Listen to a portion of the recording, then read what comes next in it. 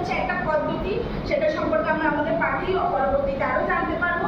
এই দুটি পদ্ধতি মেডিকেশন এবং ম্যানুয়াল ভ্যাকুয়াম অ্যাসপিরেশনের মাধ্যমে মাসিক নিয়মিত গরম করা একটা মেডিকেল প্রসিডিউর, তার ক্ষেত্রে কি হয়, আমাদের মাসিক যেটা বিলম্বিত হয় সেটা আমরা ব্রিং ব্যাক করতে পারি, আমরা পুনরায় পুনর্জীবিত করতে পারি, কিংবা আমরা নিয়মিতকরণ করতে পারি।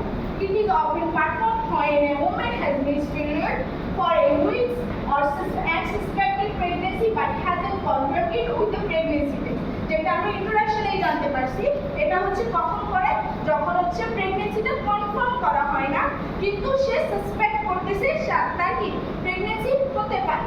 এরপর আসে আমরা purpose. It serves as a primitive step to terminate a suspected pregnancy. একটি প্রতিরোধকমূলক স্টেপ ধাপ হিসেবে বিবেচনা করা হয়। A suspected pregnancy, especially in places where abortion may not be legally or socially acceptable.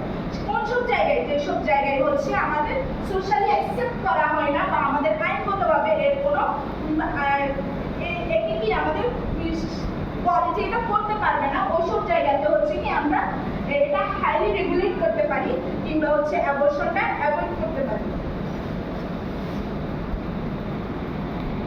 Indications of menstrual regulation, আমরা কোন কোন ক্ষেত্রে menstrual regulationটা করব।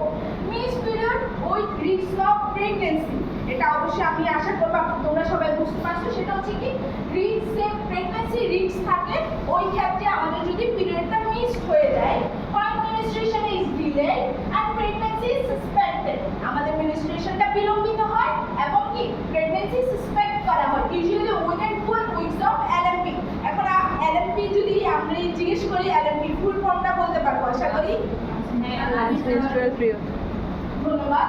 আমাদের হচ্ছে কি কখন হবে 12, আমাদের LMP 12 উইকস এর মধ্যে। আনওয়ান্টেড প্রেগন্যান্সি, অনিচ্ছাকৃত pregnancy, for women seeking to avoid continuing and early unintended pregnancy, আমরা বিভিন্ন ক্ষেত্রে দেখতে পারি যে আমাদের মায়েরা আনইনটেন্ডেড বা অনিচ্ছাকৃত বা প্রেগনেন্ট হয়ে যায়। তো ওইসব ক্ষেত্রে হচ্ছে কি ওনারা চায় না ওনাদের প্রেগনেন্সিটা কন্টিনিউ করতে, সেইসব ক্ষেত্রে আমরা এমারটা সাজেস্ট করব।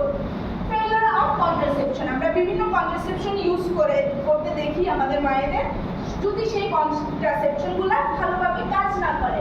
In case of condom breakage, missed pills or other contraceptive failure, কোন কোন ক্ষেত্রে হতে পারে, কন্ডম ব্রেকেজ হতে পারে, মিসফিল হতে পারে। মিসফিল আমাদের সব কিছুর একটা নিয়ম থাকে, আমরা যদি এখন দেখি আমাদের নিয়ম না মেনে চলি তাহলে অবশ্যই আমাদের ওখানে কিছু গ্যাপ দেখা দিবে, সেই সব ক্ষেত্রে or other contraceptive failure. High health risk to the mother, আমরা যদি দেখি মায়ের স্বাস্থ্য ঝুঁকি থাকে যদি প্রেগনেন্সিটা কন্টিনিউ করবে। Fine continuation of pregnancy poses physical or mental health risks, আমরা যখন দেখবো মায়ের হেলথ রিস্ক হতে পারে ফিজিক্যালি অর মেন্টালি, শারীরিক কিংবা মানসিক ক্ষেত্রে যদি প্রেগনেন্সিটা কন্টিনিউ করলে তখন আমরা মাকে সাজেস্ট করবো আপনি এমআর করতে পারেন। সেক্সুয়ালি অ্যাসল্ট অর রেপ, যৌন হয়রানি অথবা ধর্ষণ। To manage pregnancy risk after sexual violence, sexual ভায়োলেন্সের পরে আমরা বলতে পারি যে 90%ই আমাদের কি হয় প্রেগনেন্সির একটা সম্ভাবনা থাকে।